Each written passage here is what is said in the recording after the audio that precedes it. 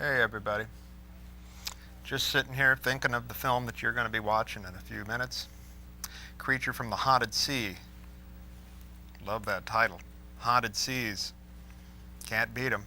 Creature from a Haunted Sea. Sounds like something from the Discovery Channel, doesn't it?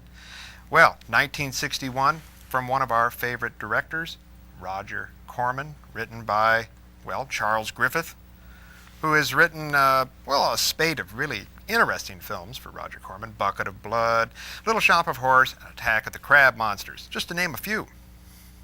This film is really a hybrid in a lot of ways. It's an action-adventure film. It's a high seas adventure film.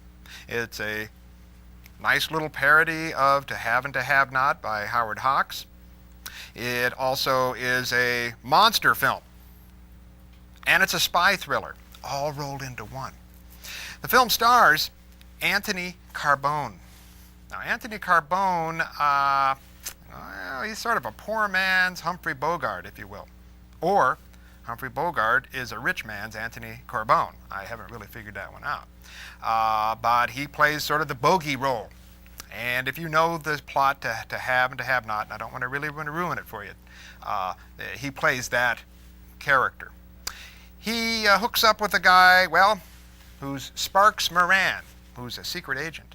And though the credits read a little differently, that man who plays that role is Robert Towne. Believe it or not. Robert Towne, you know him better as a screenwriter and a director. He wrote Chinatown. He directed Personal Best. This film, I was just looking at it a little while ago, and it strikes you. 1961, the big craze in the world at this time is the French New Wave. And this film really kind of has that carefree, casual look that the New Wave folks, Truffaut and Godard, were trying to capture. Perhaps without the intellectual rigor, though I don't want to sell Roger Corman short, and who knows if he would even embrace this idea, but it would be interesting if you watched this through the filter of your knowledge of French New Wave. Is it that Carbone is another poor man's version of Jean-Paul Belmondo out of Breathless, who also has a fixation on Humphrey Bogart, if you remember that film?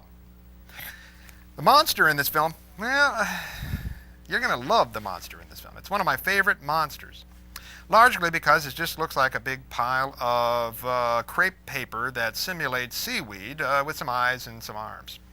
Kind of pops up at the end of the film, gives everybody a big surprise. Creature from the Haunted Sea, 1961. It's interesting that Corman was kind of still working in these real cheap formats while he was also at this time working in his Edgar Allan Poe cycle, which he put more finance, more budget into. These were sort of castaway films, if you will. But they're worth watching. Keep me in mind. There's that email out there. If you want to talk to me about these movies, I'm glad to do it. If you want a copy of our schedule, send us an email. We'll shoot you a copy of our schedule. Now, we're working hard to please you who love movies old and new, bad and good.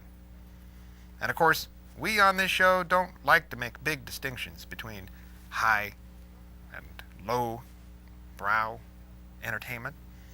We kind of throw it all into a big pot and kind of stir it up. And what do we get? We get Creature from the Haunted Sea, which is maybe Roger Corman's take on the New Wave. Who knows? Give it a look and see what you think about that idea. Might be crazy, might be right on target. Folks, roll 'em, Smokey.